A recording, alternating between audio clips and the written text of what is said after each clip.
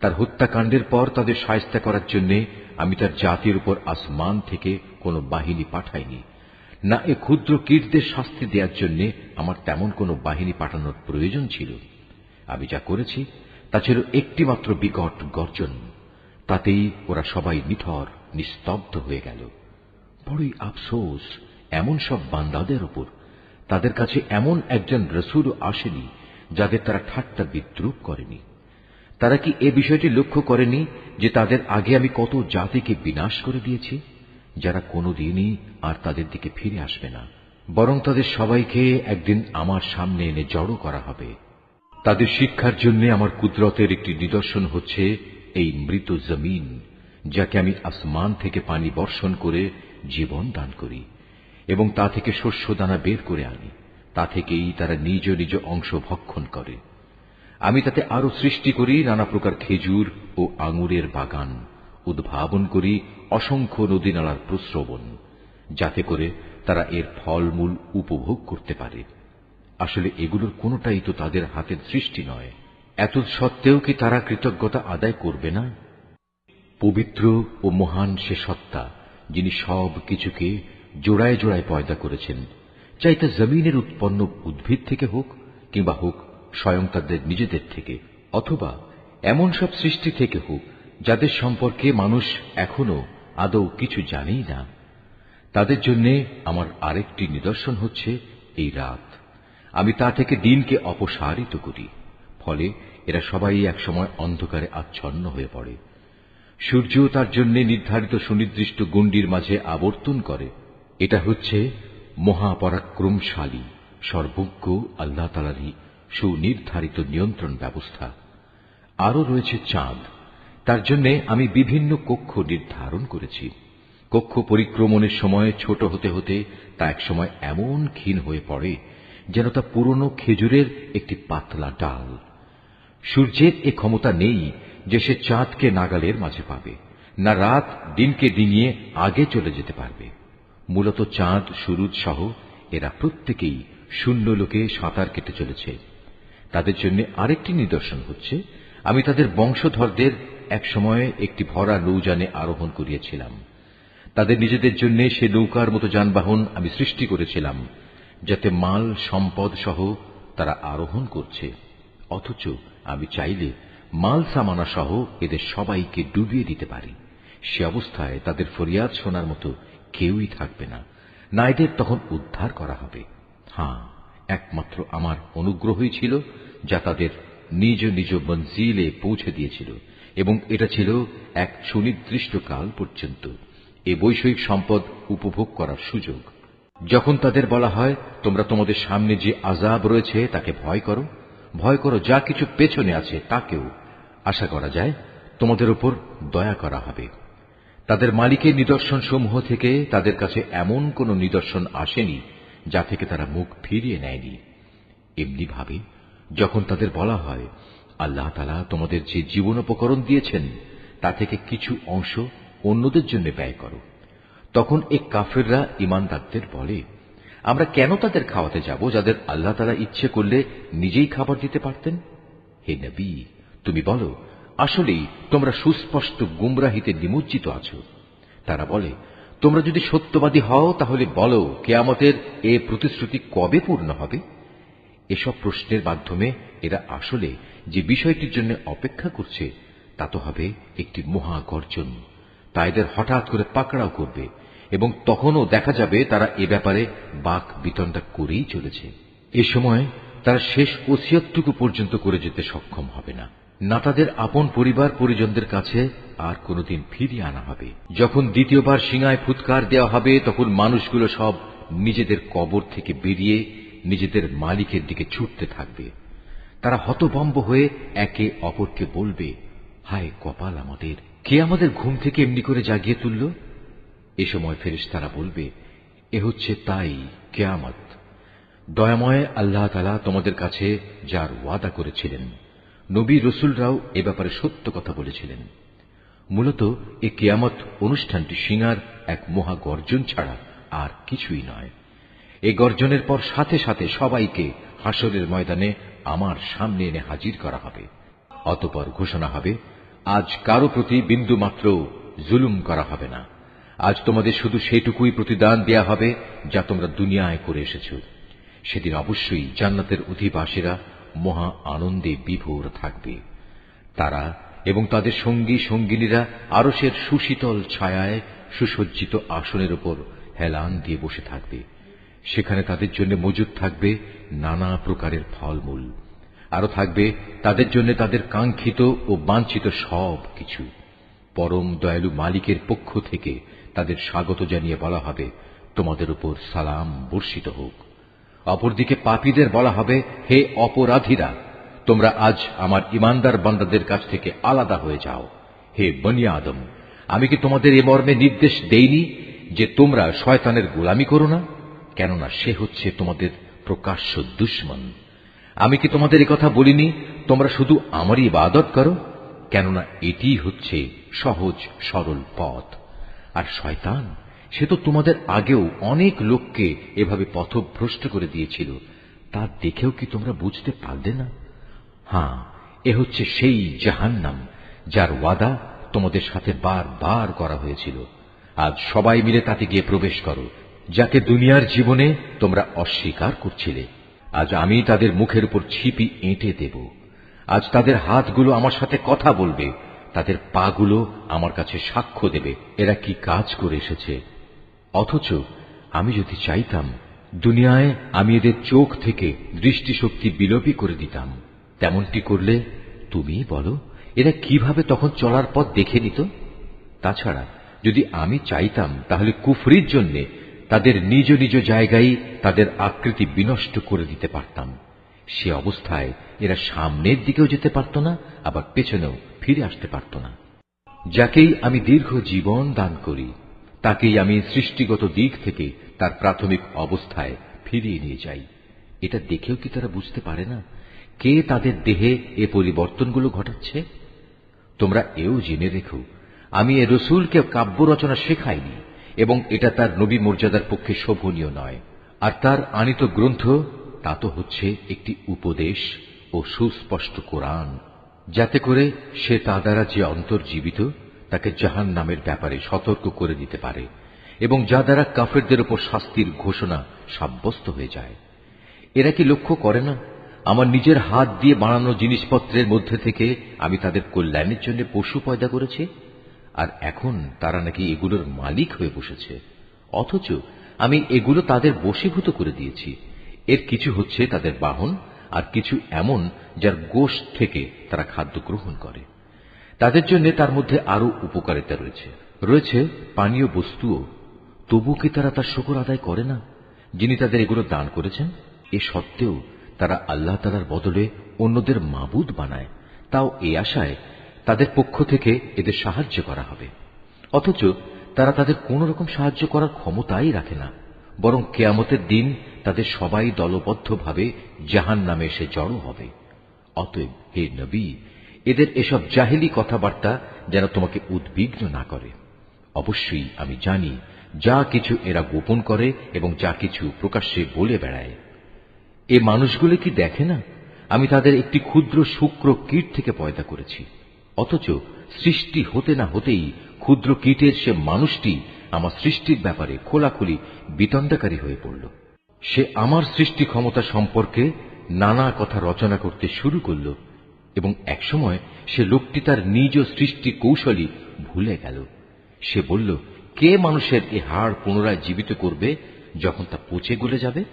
হে নবী, তুমি এদের বলো, হ্যাঁ, তাতে প্রাণ সঞ্চার তিনিই করবেন যিনি প্রথমবার এতে জীবন দিয়েছিলেন এবং তিনি সমস্ত কিছুর সৃষ্টি কৌশল সম্পর্কে সম্যক অবগত রয়েছেন। তিনি তোমাদের জন্য সবুজ সতেজ বৃক্ষ থেকে আগুন উৎপাদন প্রক্রিয়া সম্পন্ন করেছেন এবং তা দ্বারাই তোমরা আজ আগুন জ্বালাচ্ছ। যিনি নিজের ক্ষমতা বলে একবার আকাশমণ্ডল ও জমিন সৃষ্টি করেছেন, তিনি কি পুনরায় তাদেরই মতো কিছু সৃষ্টি করতে সক্ষম নন? হ্যাঁ, নিশ্চয়ই তিনি মহাস্রষ্টা ও সর্বজ্ঞ।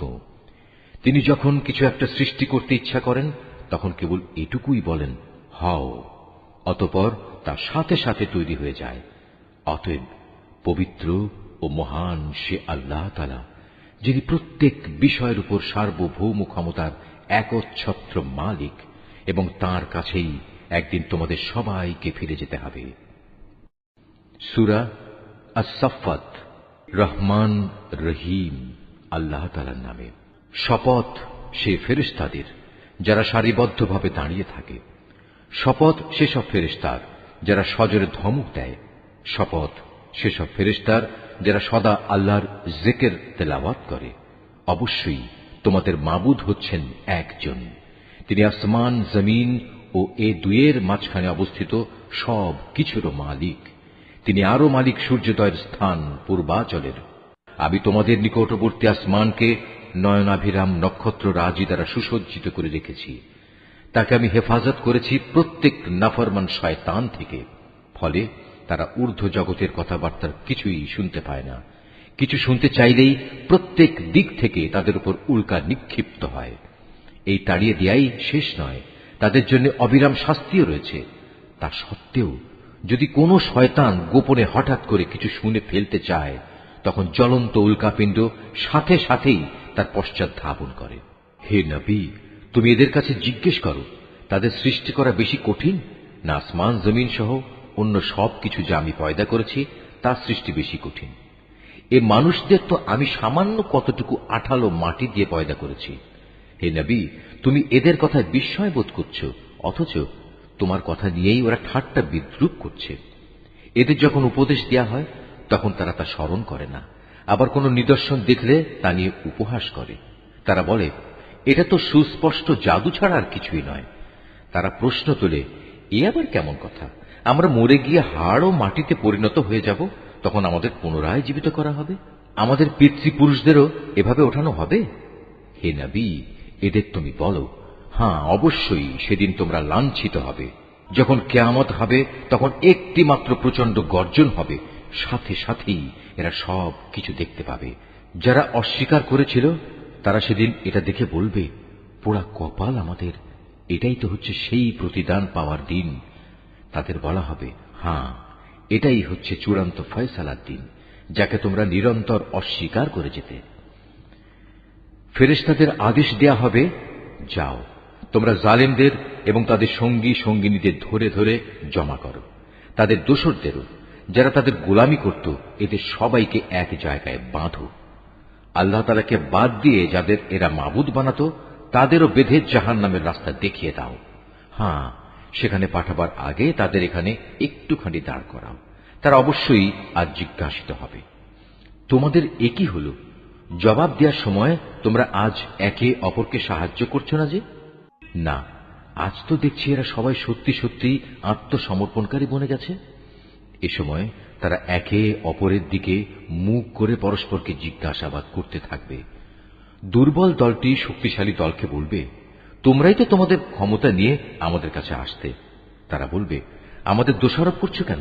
তোমরা তো আদৌ আল্লাহতে বিশ্বাসী ছিলে না। তোমাদের উপর আমাদের কোনো জবরদস্তিমূলক কর্তৃত্বও তো ছিল না, বরং তোমরা নিজেরাই ছিলে মারাত্মক সীমা লঙ্ঘনকারী। এ সময় তাদের উভয়ের পক্ষ থেকে ঘোষণা হবে, আজ আমাদের উভয়ের উপর আমাদের মালিকের ঘোষণাই সত্য হয়েছে। আজ আমরা উভয়ই জাহান্নামের শাস্তি আস্বাদনকারী। আমরা আসলেই তোমাদের বিভ্রান্ত করেছিলাম, আর আমরা নিজেরাও ছিলাম বিভ্রান্ত। সেদিন তারা সবাই এই আযাবে সমভাগী হবে। আমি নাফরমান লোকদের সাথে এ ধরনের আচরণই করে থাকি।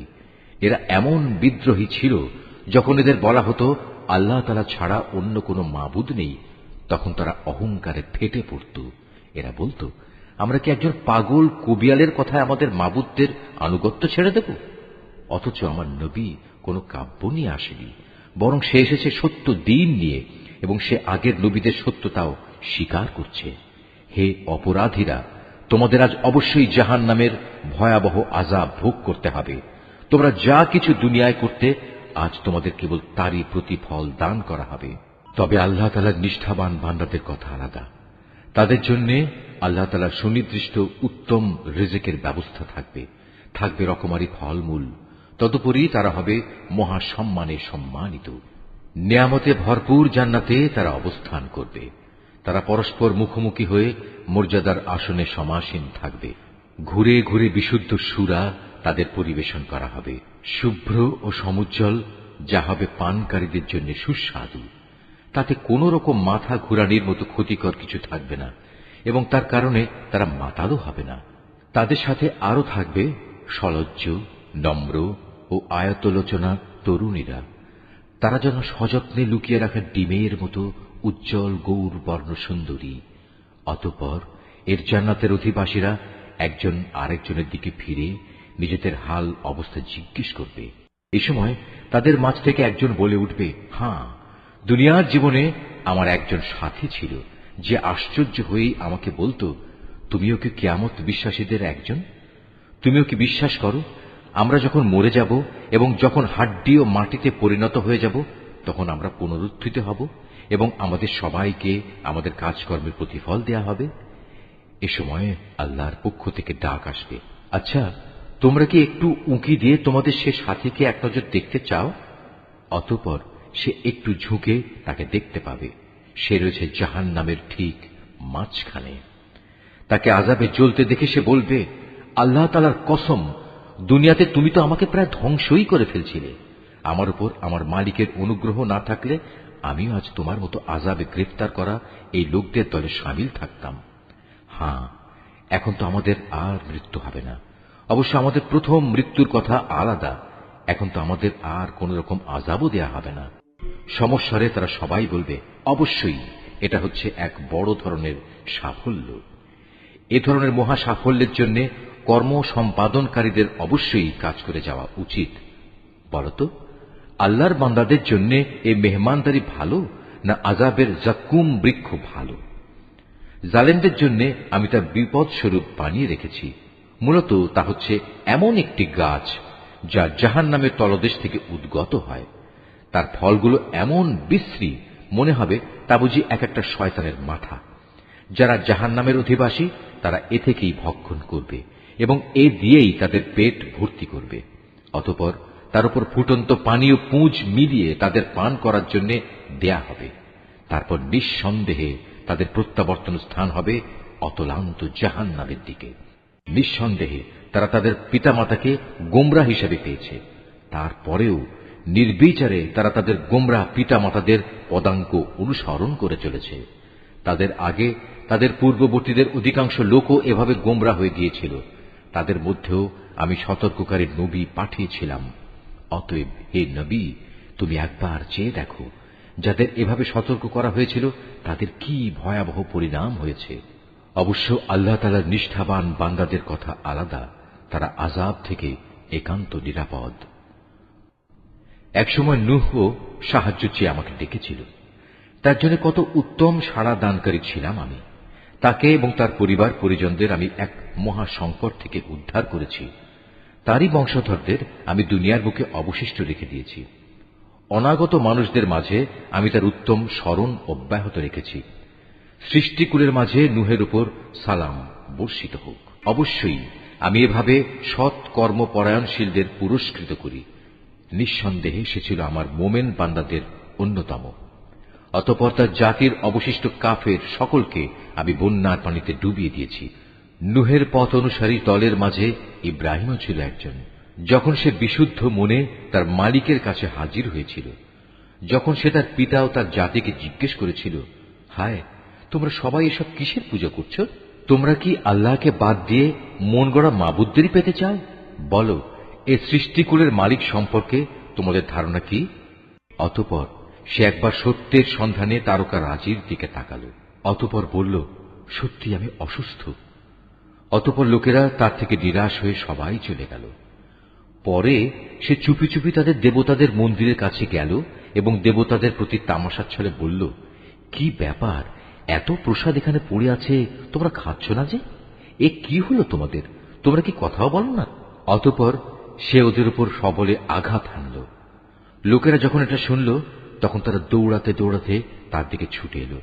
তাকে এ বিষয়ে জিজ্ঞেস করলে সে বলল, তোমরা কি এমন কিছুর পূজা করো যাতে তোমরা নিজেরাই পাথর খোদাই করে নির্মাণ করো, অথচ আল্লাহ তাআলাই তোমাদের সৃষ্টি করেছেন এবং সৃষ্টি করেছেন তোমরা যা কিছু মাবুদ বানাও তাদেরও? এ কথা শুনে তারা একজন আরেকজনকে বলল, তার জন্য একটি অগ্নিকুণ্ড প্রস্তুত করো এবং তাতে আগুন জ্বালাও। অতঃপর সে জ্বলন্ত আগুনে তাকে নিক্ষেপ করো। তারা এর মাধ্যমে আসলে তার বিরুদ্ধে একটা ষড়যন্ত্র আঁটতে চেয়েছিল, কিন্তু আমি তাদের চক্রান্ত ব্যর্থ ও হীন করে দিলাম। এবার সে বলল, আমি এবার আমার মালিকের রাস্তার দিকে বেরিয়ে পড়লাম। আমি বিশ্বাস করি অবশ্যই তিনি আমাকে সঠিক পথে পরিচালিত করবেন। অতঃপর সে আল্লাহ তাআলার দরবারে দোয়া করল, হে আমার মালিক, আমাকে তুমি একজন নেক সন্তান দান করো। এরপর আমি তাকে একজন ধৈর্যশীল পুত্রের সুসংবাদ দিলাম। সে যখন তার পিতার সাথে দৌড়াদৌড়ি করার মতো বয়সের অবস্থায় উপনীত হল, তখন সে ছেলেকে বলল, হে বৎস, আমি স্বপ্নে দেখি আমি যেন তোমাকে জবাই করছি। বলো, এ ব্যাপারে তোমার অভিমত কি? স্বপ্নের কথা শুনে সে বলল, হে আমার স্নেহপরায়ণ আব্বা জান, আপনাকে যা আদেশ করা হয়েছে আপনি অবিলম্বে তা পালন করুন। ইনশাআল্লাহ আপনি আমাকে এ সময়ও ধৈর্যশীলদের মাঝে পাবেন। অতঃপর যখন তারা পিতা পুত্র দুজনেই আল্লাহ তাআলার ইচ্ছার সামনে আত্মসমর্পণ করল এবং সে তাকে জবাই করার উদ্দেশ্যে কাত করে শুইয়ে দিল, তখন আমি তাকে ডাক দিয়ে বললাম, হে ইব্রাহিম, তুমি আমার দেখানো স্বপ্ন সত্য প্রমাণ করেছ। আমি তোমাদের উভয়কে মর্যাদাবান করব। মূলত আমি এভাবেই সৎ কর্মশীল মানুষদের পুরস্কার দিয়ে থাকি। এটা ছিল তাদের উভয়ের জন্য একটা সুস্পষ্ট পরীক্ষা মাত্র। এ কারণেই আমি তার ছেলের পরিবর্তে আমার নিজের পক্ষ থেকে একটা বড় কোরবানির জন্তু সেখানে দান করলাম। অনাগত মানুষদের জন্য এই বিধান চালু রেখে তার স্মরণ আমি অব্যাহত রেখে দিলাম। শান্তি বর্ষিত হোক ইব্রাহিমের ওপর। আর এভাবেই আমি আমার নেক বান্দাদের পুরস্কার দিয়ে থাকি। অবশ্যই সে ছিল আমার মোমেন বান্দাদের একজন। কিছুদিন পর আমি তাকে এ মর্মে ইসহাকের জন্মের সুসংবাদ দান করলাম যে সে হবে নবী ও আমার নেক বান্দাদের একজন। আমি তার উপর ও তার সন্তান ইসহাকের উপর আমার অগণিত বরকত নাজিল করেছি। তাদের উভয়ের বংশধরদের মাঝে কিছু সৎ কর্মশীল মানুষ যেমন আছে, তেমনি আছে কিছু নাফরমান, যে নিজের উপর নিজে জুলুম করে স্পষ্ট অত্যাচারী হয়ে বসে আছে। আমি মুসা ও হারুনের উপর অনেক অনুগ্রহ করেছি।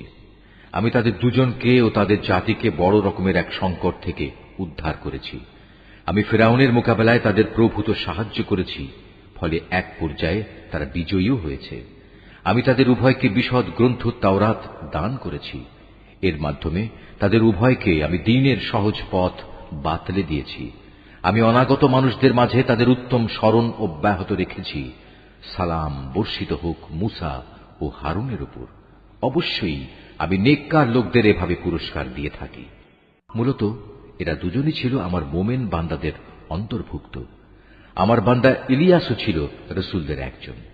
যখন সে তার জাতিকে ডেকে বলেছিল, তোমরা কি আল্লাহ তাআলাকে ভয় করবে না?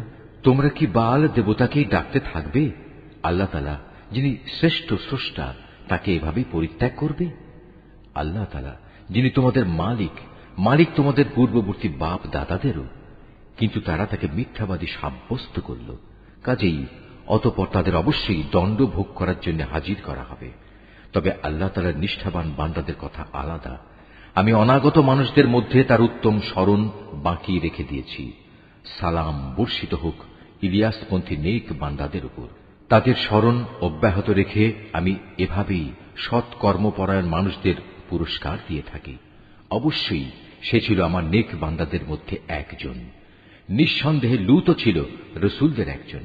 যখন আমি তাকে এবং তার সকল পরিবার পরিজনকে একটি পাপী সম্প্রদায়ের উপর আগত আযাব থেকে উদ্ধার করেছি, একজন বৃদ্ধা মহিলা বাদে, কেননা সে ছিল পেছনে পড়ে থাকা ধ্বংসপ্রাপ্ত লোকদেরই অন্তর্ভুক্ত। অতঃপর অবশিষ্ট সবাইকে আমি বিনাশ করে দিয়েছি। তোমরা তো ভ্রমণের সময় তাদের সে ধ্বংসাবশেষগুলোর উপর দিয়েই ভোরবেলায় পথ অতিক্রম করে থাকো। অতিক্রম করো প্রতি সন্ধ্যা ও রাতের বেলায়। তবু কি তোমরা এই ঘটনা থেকে কিছু শিক্ষা গ্রহণ করবে না? ইউনুসও ছিল রসুলদের একজন। এটা সে সময়ের কথা যখন সে পালিয়ে গিয়ে একটি মাল ভর্তি নৌযানে পৌঁছল। নৌকাটি অচল হয়ে যাওয়ায় আরোহীদের মাঝে এ অলক্ষণী ব্যক্তি কে? অতঃপর লটারির মাধ্যমে তা পরীক্ষা করা হল এবং ফলাফল অনুযায়ী সে ইউনুসই অলক্ষণে অপরাধী সাব্যস্ত হল। অতঃপর একটি বড় আকারের মাছ এসে তাকে গিলে ফেলল। এই অবস্থায় সে মাছের পেটে বসে নিজেকে ধিক্কার দিতে লাগল। যদি সে তখন আল্লাহ তাআলার পবিত্রতা ও মাহাত্ম্য ঘোষণা না করত, তাহলে তাকে তার পেটে কিয়ামত পর্যন্ত কাটাতে হতো। অতঃপর আমি তাকে মাছের পেট থেকে বের করে একটি গাছপালাহীন প্রান্তরে নিক্ষেপ করলাম। এ সময় সে অসুস্থ হয়ে পড়েছিল। সেখানে তার উপর ছায়া দান করার জন্য আমি একটি লতা বিশিষ্ট লাউ গাছ উদ্গত করলাম। অতঃপর তাকে আমি 1,00,000 লোকের জনবসতির কাছে নবী বানিয়ে পাঠালাম। বরং এ সংখ্যা অন্য হিসেবে ছিল আরো বেশি। এরপর তারা তার উপর ঈমান আনল। ফলে আমিও তাদের একটি সুনির্দিষ্ট সময় পর্যন্ত জীবন উপভোগ করতে দিলাম। হে নবী, এদের তুমি জিজ্ঞেস করো, তারা কি মনে করে তোমাদের মালিকের জন্য রয়েছে কন্যা সন্তান আর তাদের জন্য রয়েছে সব পুত্র সন্তান? আমি কি ফেরেশতাদের মহিলা করে বানিয়েছিলাম এবং বানাবার সময় তারা কি সেখানে উপস্থিত ছিল? সাবধান, তারা কিন্তু এসব কথা নিজেরা নিজেদের মন থেকেই বানিয়ে বলে। আল্লাহ তাআলা সন্তান জন্ম দিয়েছেন, আসলে ওরা হচ্ছে সুস্পষ্ট মিথ্যাবাদী। আল্লাহ তাআলা কি ছেলেদের উপর অগ্রাধিকার দিয়ে নিজের জন্য কন্যা সন্তানদের পছন্দ করেছেন? এ কি হলো তোমাদের? কেমন অর্থহীন সিদ্ধান্ত করছো তোমরা? তোমরা কি কখনোই কোনো সদুপদেশ গ্রহণ করবে না?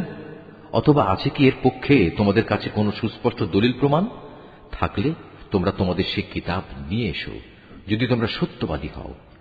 এ লোকেরা আল্লাহ তাআলা ও জিন জাতির মধ্যে একটা সম্পর্ক স্থির করে রেখেছে, অথচ জিনেরা জানে অন্য বান্দাদের মতোই তারা আল্লাহ তাআলার আদেশের অধীন, এবং তাদের মধ্যে যারা বদকার তাদের অবশ্যই শাস্তির জন্য একদিন নিয়ে আসা হবে। এরা আল্লাহ তাআলা সম্পর্কে যেসব বেহুদা কথাবার্তা বলে, আল্লাহ তাআলা তা থেকে পবিত্র ও মহান। তবে হ্যাঁ, যারা আল্লাহ তাআলার নিষ্ঠাবান বান্দা তারা আলাদা। অতএব হে কাফেররা, তোমরা এবং তোমরা যাদের গোলামি করো সবাই মিলেও তাদের আল্লাহ তাআলা সম্পর্কে বিভ্রান্ত করতে পারবে না। তোমরা কেবল তাদেরই গোমরাহ করতে পারবে যারা জাহান্নামের অধিবাসী। ফেরেশতাদের কথা স্বতন্ত্র, কেননা তারা বলেছিল, আমাদের মধ্যে থেকে প্রত্যেকের জন্য একটি নির্ধারিত পবিত্র স্থান রয়েছে।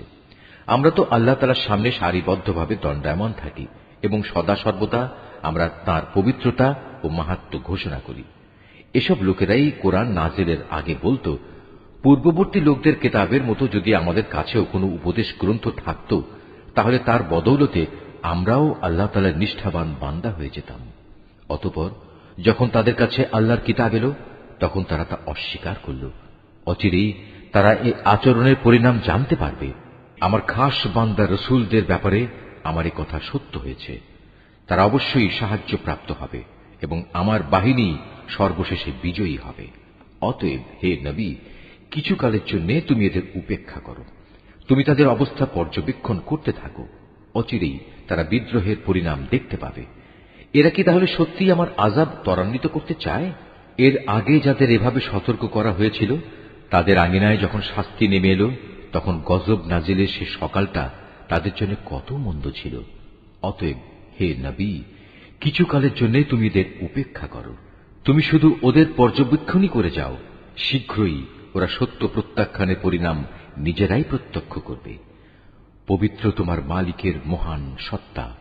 তারা তাঁর সম্পর্কে যা কিছু অর্থহীন কথাবার্তা বলে, তিনি তা থেকে পবিত্র, অনেক বড়, সকল ক্ষমতার একক অধিকারী। অনাবিল শান্তি বর্ষিত হোক রসুলদের ওপর। সমস্ত প্রশংসা নিবেদিত সৃষ্টিকুলের মালিক আল্লাহ তাআলার জন্য। সূরা সাদ। রহমান রহিম আল্লাহ তাআলার নামে। সাদ। উপদেশ ভরা এ কোরআনের শপথ, তুমি অবশ্যই আল্লাহ তাআলার একজন রসূল। কিন্তু কাফেররা এ ব্যাপারে ঔদ্ধত্য ও গোঁড়ামিতে ডুবে আছে। এদের আগে আমি কত জনপদকে ধ্বংস করে দিয়েছি। আযাব আসার পর তারা সাহায্যের জন্য আর্তনাদ করেছে, কিন্তু সে সময় তাদের পালানোর কোনো উপায় ছিল না।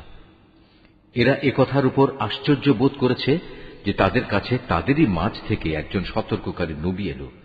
নবীকে দেখে কাফেররা বলল, এ হচ্ছে একজন জাদুকর, মিথ্যাবাদী। সে কি অনেক মাবুদকে একজন মাবুদ বানিয়ে নিয়েছে? এটা তো এক আশ্চর্যজনক ব্যাপার ছাড়া কিছুই নয়। তাদের সর্দাররা এই বলে মজলিস থেকে সরে পড়ল। যাও, তোমরা তোমাদের দেবতাদের ইবাদতের উপরই ধৈর্য ধারণ করো। নিশ্চয়ই এর দাওয়াতের মধ্যে কোনো অভিসন্ধি লুকোনো রয়েছে।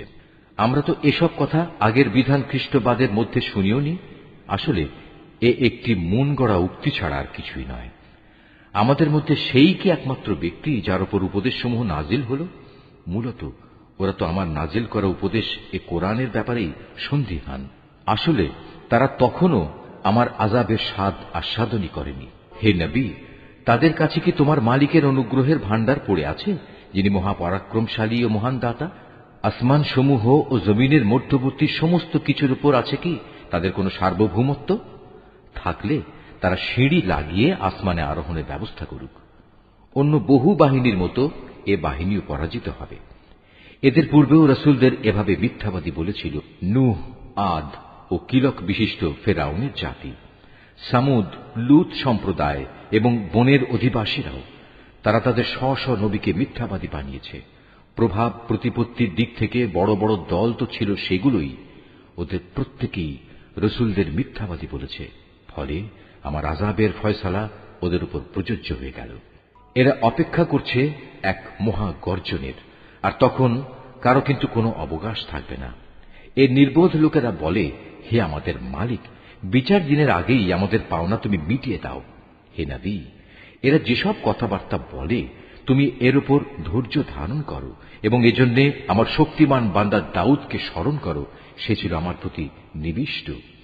আমি পর্বতমালাকে তার বশীভূত করে দিয়েছিলাম, তাই এগুলো সকাল সন্ধ্যায় তার সাথে সাথে আমার পবিত্রতা ও মহিমা ঘোষণা করত। অনুরূপ পাখি কুলকেও তার বশীভূত করে দিয়েছিলাম, তারা তার পাশে জড়ো হতো। এদের সকলেই জেকেরে তার অনুসারী ছিল। আমি তার সাম্রাজ্যকে সুদৃঢ় করেছিলাম এবং সে সাম্রাজ্য চালাবার জন্য তাকে প্রজ্ঞা ও সর্বোত্তম বাগ্মিতার শক্তি দান করেছিলাম। এই হে নবী, তোমার কাছে কি সেই বিবদমান লোকদের কাহিনী পৌঁছেছে যখন ওরা উভয়ই প্রাচীর টপকে তার ইবাদতখানায় প্রবেশ করল? যখন তারা দাউদের সামনে হাজির হল, তখন সে এদের কারণে একটু ভীত হয়ে পড়ল। ওরা বলল, হে আল্লাহর নবী, আপনি ভীত হবেন না। আমরা হচ্ছি বিবদমান দুটো দল, আমাদের একজন আরেকজনের উপর জুলুম করেছে। অতএব আপনি আমাদের মাঝে ন্যায় বিচার করে দিন, কোন রকম নাইনসাফি করবেন না, আমাদের সহজ সরল পথ দেখিয়ে দিন। আসলে এ হচ্ছে আমার ভাই, এর কাছে ৯৯টি দুম্বা আছে আর আমার কাছে আছে মাত্র একটি। এ সত্ত্বেও সে বলে, আমাকে তোমার এ দুম্বাটিও দিয়ে দাও। সে কথায় কথায় আমার উপর বল প্রয়োগ করে। আয়াতটি যিনি তেলাওয়াত করবেন এবং যিনি এই আয়াতটির তেলাওয়াত শুনবেন, তাদের সবাইকে এখানে একটি সাজদা আদায় করতে হবে। এটা ওয়াজিব। বিবাদের বিবরণ শুনে সে বলল, এ ব্যক্তি তোমার দুম্বাটি তার দুম্বাগুলোর সাথে যুক্ত করার দাবি করে তোমার উপর জুলুম করেছে। আসলে যৌথ বিষয় আশয়ের অংশীদাররা অনেকেই একে অন্যের উপর এভাবে জুলুম করে। জুলুম করে না কেবল সে সকল লোকেরা যারা আল্লাহ তাআলার উপর ঈমান আনে এবং নেক কাজ করে, যদিও এদের সংখ্যা নিতান্ত কম। দাউদ বুঝতে পারল। তাকে পরিশুদ্ধ করার জন্য এ কাহিনী দ্বারা এতক্ষণ ধরে আমি তাকে পরীক্ষা করছিলাম। মূল ঘটনা বুঝতে পেরে অতঃপর সে তার মালিকের কাছে ক্ষমা প্রার্থনা করল এবং সে পরাক্রমশালী আল্লাহ তাআলার সামনে সাজদায় লুটিয়ে পড়ল এবং সে আমার দিকে ফিরে এলো। অতঃপর আমি তাকে ক্ষমা করে দিলাম। অবশ্যই আমার কাছে তার জন্য উচ্চ মর্যাদা ও সুন্দরতম আবাসস্থল রয়েছে। আমি দাউদকে বললাম, হে দাউদ, আমি তোমাকে এই জমিনে আমার খলিফা বানালাম। অতএব তুমি মানুষদের মাঝে ন্যায় বিচার করো এবং কখনো নিজের খেয়াল খুশির অনুসরণ করো না। তেমনটি করলে এ বিষয়টি তোমাকে আল্লাহ তাআলার পথ থেকে বিচ্যুত করে দেবে। আর যারাই আল্লাহ তাআলার পথ থেকে বিচ্যুত হয়ে গোমরা হয়ে যায়, তাদের জন্য অবশ্যই জাহান্নামের কঠিন শাস্তি রয়েছে, কেননা তারা মহাবিচারের এ দিনটি ভুলে গেছে। আমি আসমান, জমিন এবং এ উভয়ের মধ্যবর্তী স্থানে যা কিছু আছে তার কোনো কিছুই অনর্থক সৃষ্টি করিনি। এটা তো সেসব মূর্খ লোকদের ধারণা যারা সৃষ্টিকর্তাকেই অস্বীকার করে, আর যারা এভাবে অস্বীকার করেছে তাদের জন্য জাহান্নামের দুর্ভোগ রয়েছে।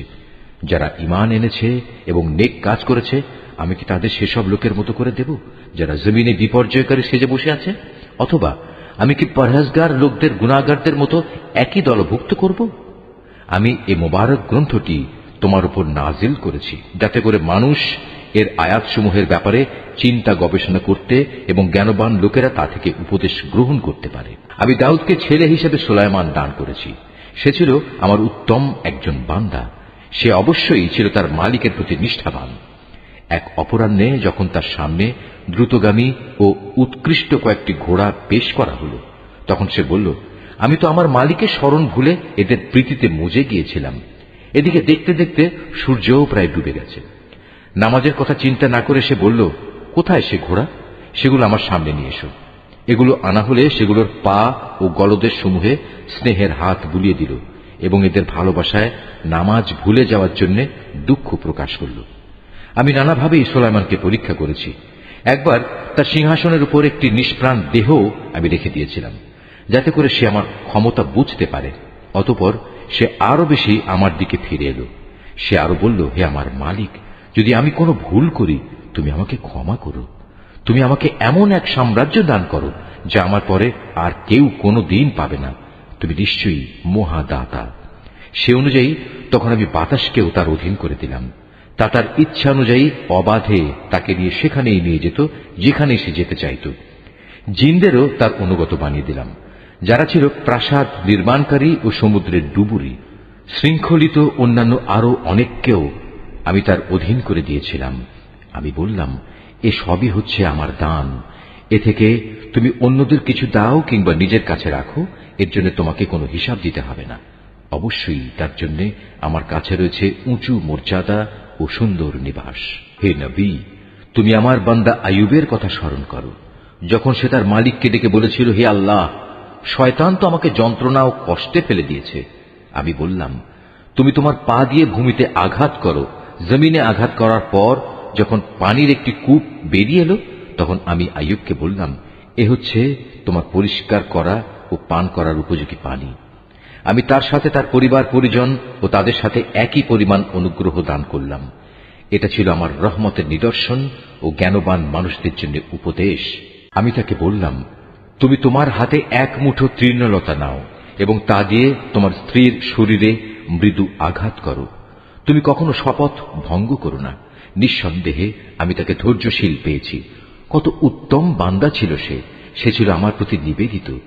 হে নবী, তুমি আমার বান্দাদের মধ্যে ইব্রাহিম, ইসহাক ও ইয়াকুবকে স্মরণ করো।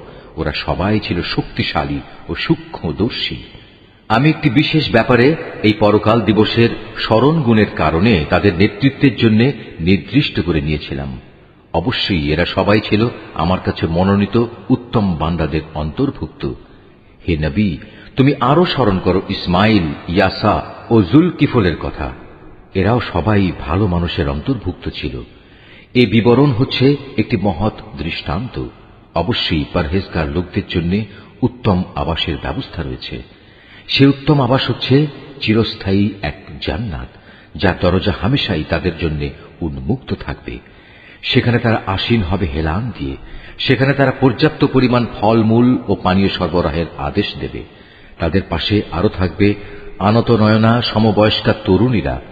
হে ইমানদাররা, এ হচ্ছে সেসব নিয়ামত যা তোমাদের বিচার দিনে দান করার প্রতিশ্রুতি দেয়া হচ্ছে।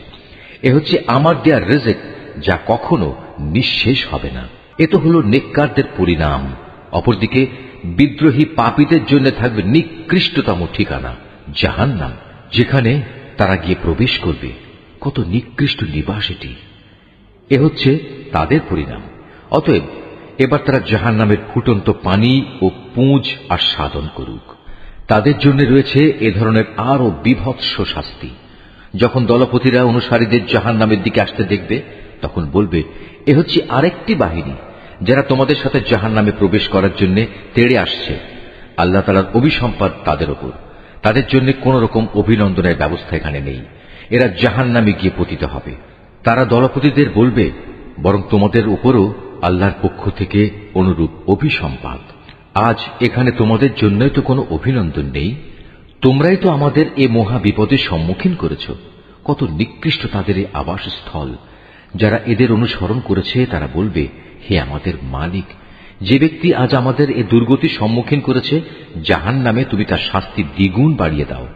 তারা আরো বলবে, এ কি হলো আমাদের? আজ জাহান্নামে আমরা সেসব মানুষদের দেখতে পাচ্ছি না কেন, যাদের আমরা দুনিয়ায় খারাপ লোকদের দলে সামিল মনে করতাম?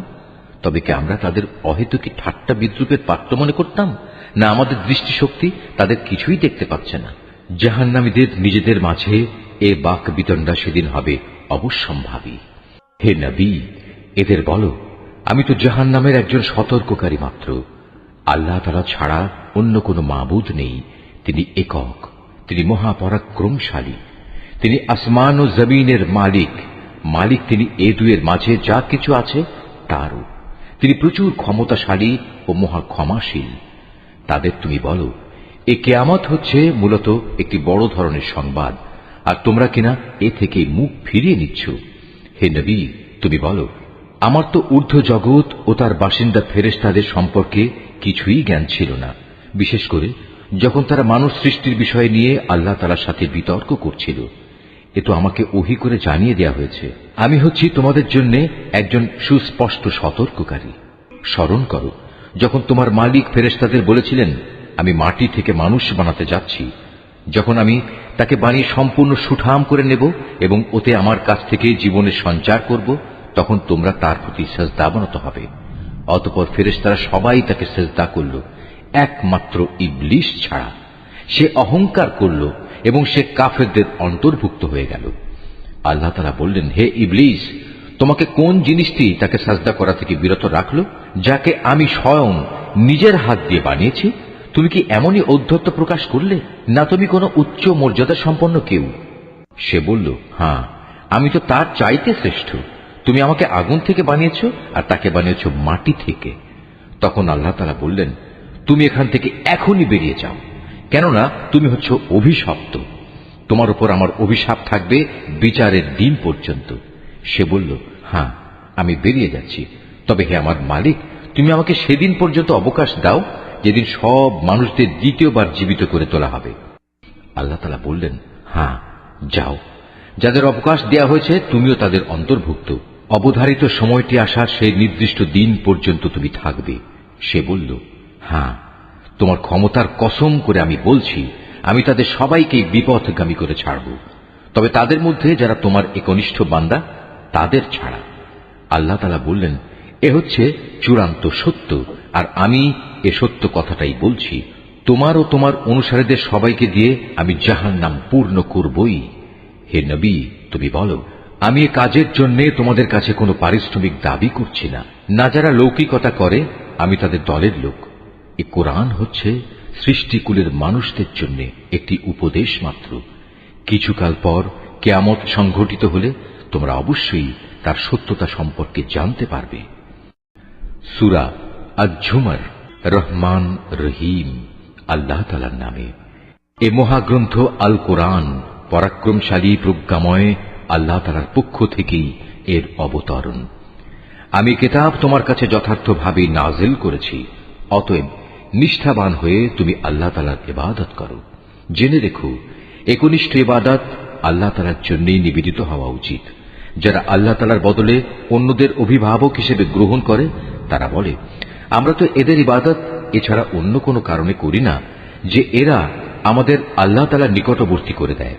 কিন্তু তারা যেসব বিষয় নিয়ে মতভেদ করছে, নিশ্চয়ই আল্লাহ তাআলা কিয়ামতের দিন সেই বিষয়ের ফয়সালা করে দেবেন। অবশ্যই আল্লাহ তাআলা এমন লোককে হেদায়েত করেন না যে মিথ্যাবাদী ও অকৃতজ্ঞ। আল্লাহ তাআলা যদি সন্তান গ্রহণ করতেই চাইতেন, তাহলে তিনি তার সৃষ্টির মাঝ থেকে যাকে ইচ্ছা তাকেই বাছাই করতে পারতেন। তার সত্তা অনেক পবিত্র। তিনি আল্লাহ তাআলা, তিনি একক ও মহাপরাক্রমশালী। তিনি আসমান ও জমিন সুপরিকল্পিতভাবে সৃষ্টি করেছেন। তিনি রাতকে দিনের উপর বিছিয়ে দেন, আবার দিনকে রাতের উপর লেপ্টে দেন। তিনি সূর্য ও চন্দ্রকে একটি নিয়মের অধীন করে রেখেছেন। এগুলো সবই একটি সুনির্দিষ্ট সময় পর্যন্ত নিজ নিজ কক্ষপথে বিচরণ করতে থাকবে। জেনে রেখো, তিনি পরাক্রমশালী ও পরম ক্ষমাশীল। তিনি তোমাদের সবাইকে আদমের একই সত্তা থেকে পয়দা করেছেন। অতঃপর তিনি সেই সত্তা থেকে তার যুগল বানিয়েছেন এবং তিনি তোমাদের জন্য 8 প্রকার পশুর বিধান অবতীর্ণ করেছেন। তিনি তোমাদেরকে তোমাদের মায়েদের পেটে পর্যায়ক্রমে পয়দা করেছেন। তিনি অন্ধকারে একের পর এক অবয়ব দিয়ে গেছেন। এ হচ্ছেন আল্লাহ তাআলা। তিনি তোমাদের মালিক, তার জন্যই সার্বভৌমত্ব। তিনি ছাড়া কোনো মাবুদ নেই। তারপরেও তোমরা কোথায় কোথায় ঠোকর খেয়ে চলেছ? হে মানুষ, তোমরা যদি আল্লাহ তাআলার কুফরি করো, তাহলে জেনে রেখো, আল্লাহ তাআলা তোমাদের কারোই মুখাপেক্ষী নন। আল্লাহ তাআলা তার নিজের বান্দার এ নাশকরী আচরণ কখনো পছন্দ করেন না। তোমরা যদি তাঁর কৃতজ্ঞতা আদায় করো তাহলে তিনি তোমাদের উপর সন্তুষ্ট হবেন। কিয়ামতে কেউই কারো গুনাহের ভার উঠাবে না। অতঃপর তোমাদের তাঁর কাছে ফিরে যেতে হবে এবং সেদিন তিনি তোমাদের বিস্তারিত বলে দেবেন তোমরা কি করতে। তিনি নিশ্চয়ই জানেন যা কিছু অন্তরের ভেতরে লুকিয়ে থাকে। নিয়ম হচ্ছে মানুষকে যখন কোনো দুঃখ কষ্ট স্পর্শ করে তখন সে একনিষ্ঠভাবে তার মালিকের দিকে ধাবিত হয়। পরে যখন আল্লাহ তাআলা তার কাছ থেকে নিয়ামত দিয়ে তার উপর অনুগ্রহ করেন তখন সে যে জন্য আগে আল্লাহ তাআলাকে ডেকেছিল তা ভুলে যায়। সে আল্লাহ তাআলা সমকক্ষ বানায় যাতে করে সে অন্যদের আল্লাহ তাআলার পথ থেকে বিভ্রান্ত করে দিতে পারে। হে নবী, তুমি এমন লোকদের বলে দাও নিজের কুফরির আরাম আয়েশ হাতে গোনা কয়টি দিনের জন্য ভোগ করে নাও, পরিণামে তুমি অবশ্যই জাহান্নামী হবে। যে ব্যক্তি রাতের বেলায় বিনয়ের সাথে সাজদাবনত হয় কিংবা দাঁড়িয়ে আল্লাহ তাআলার ইবাদত করে এবং পরকালের আযাবের ভয় করে, সর্বাবস্থায় তার মালিকের অনুগ্রহ প্রত্যাশা করে, হে নবী এদের বলো যারা আল্লাহ তাআলাকে জানে আর যারা তাকে জানে না তারা কি এক সমান? আসলে একমাত্র জ্ঞানবান ব্যক্তিরাই এসব তারতম্য থেকে উপদেশ গ্রহণ করতে পারে। হে নবী এদের বলে দাও, হে আমার বান্দারা যারা ঈমান এনেছো তোমরা তোমাদের মালিককে ভয় করো। যারা এই দুনিয়ায় কোনো কল্যাণকর কাজ করবে তাদের জন্য পরকালেও মহা কল্যাণ থাকবে। আল্লাহ তাআলার জমিন অনেক প্রশস্ত, উপরন্তু ধৈর্যশীলদের পরকালে অপরিমিত পুরস্কার দেয়া হবে। হে নবী তুমি বলো, আমাকে আদেশ দেয়া হয়েছে একান্ত নিষ্ঠার সাথে আমি যেন আল্লাহ তাআলার ইবাদত করি। আমাকে আদেশ দেয়া হয়েছে আমি যেন আল্লাহ তাআলার সামনে আত্মসমর্পণকারীদের মধ্যে অগ্রণী হই। তুমি বলো, আমি যদি আমার মালিকের নাফরমানি করি তাহলে আমি আমার উপর একটি মহা দিনের শাস্তির ভয় করি। তুমি বলো, আমি একান্ত নিষ্ঠাবান হয়েই আল্লাহ তাআলার ইবাদত করি। তোমরা তাকে বাদ দিয়ে যারই চাও গোলামি করো। হে নবী তুমি বলো, ভারী ক্ষতিগ্রস্ত হবে তারা যারা অন্যের গোলামি করার কারণে কিয়ামতের দিন নিজেদের এবং নিজেদের পরিবার পরিজনদের ভীষণ ক্ষতি করবে। তোমরা জেনে রেখো এই আখিরাতের ক্ষতি হচ্ছে সুস্পষ্ট ক্ষতি। তাদের জন্য তাদের উপর থেকে ছায়া দানকারী আগুনের মেঘমালা থাকবে, তাদের নিচের দিক থেকেও থাকবে আগুনেরই বিছানা। এ হচ্ছে সে বিভৎস আযাব যা দিয়ে আল্লাহ তাআলা তার বান্দাদের ভয় দেখাচ্ছেন। অতএব হে আমার বান্দারা তোমরা আমাকে ভয় করো। যারা শয়তানি শক্তির গোলামি করা থেকে বেঁচে থেকেছে এবং একনিষ্ঠভাবে আল্লাহ তাআলার দিকেই ফিরে এসেছে তাদের জন্য রয়েছে মহা সুসংবাদ। অতএব হে নবী তুমি আমার এমন সব বান্দাদের সুসংবাদ দাও যারা মনোযোগ সহকারে আমার কথা শোনে এবং ভালো কথাসমূহের অনুসরণ করে। এরাই হচ্ছে সেসব সৌভাগ্যবান লোক যাদের আল্লাহ তাআলা সৎ পথে পরিচালিত করেন, আর সত্যিকার অর্থে এরাই হচ্ছে বোধ শক্তি সম্পন্ন মানুষ। হে নবী যে ব্যক্তির উপর আল্লাহ তাআলার আযাবের হুকুম অবধারিত হয়ে গেছে তাকে কে বাঁচাবে? তুমি কি তাকে বাঁচাতে পারবে যে জাহান্নামে চলে গেছে? তবে যারা তাদের মালিককে ভয় করে তাদের জন্য বেহেশতে প্রাসাদের উপর প্রাসাদ বানানো থাকবে, যার পাদদেশে ঝর্ণাধারা প্রবাহিত থাকবে। এটা হচ্ছে আল্লাহ তাআলার ওয়াদা, আর আল্লাহ তাআলা কখনো তার ওয়াদা বরখেলাফ করেন না। হে মানুষ তুমি কি কখনো এটা পর্যবেক্ষণ করনি যে আল্লাহ তাআলা আসমান থেকে পানি বর্ষণ করেন, অতঃপর তিনি তা জমিনের প্রস্রবণগুলোতে প্রবেশ করান, পরে তিনি আবার তা দিয়ে জমিন থেকে রং বেরঙের ফসল বের করে আনেন। কিছুদিন পরে তা আবার শুকিয়েও যায়, ফলে তোমরা তাকে পীত বর্ণের ফসল হিসেবে দেখতে পাও। অতঃপর তিনি তাকে আবার খড় কুটায় পরিণত করেন। অবশ্যই এতে এই নিয়মের মধ্যে জ্ঞানবানদের জন্য বড় রকমের উপদেশ রয়েছে। অতঃপর তুমি বলো, হে নবী যার অন্তরকে আল্লাহ তাআলা ইসলামের জন্য উন্মুক্ত করে দিয়েছেন সে ব্যক্তি তার প্রতিপালকের পক্ষ থেকে পাওয়া একটি হেদায়েতের নূরের উপর রয়েছে। দুর্ভোগ হচ্ছে সেসব লোকের জন্য যাদের অন্তর আল্লাহ তাআলার স্মরণ থেকে কঠোর হয়ে গেছে। মূলত এরাই সুস্পষ্ট গুমরাহিতে নিমজ্জিত রয়েছে।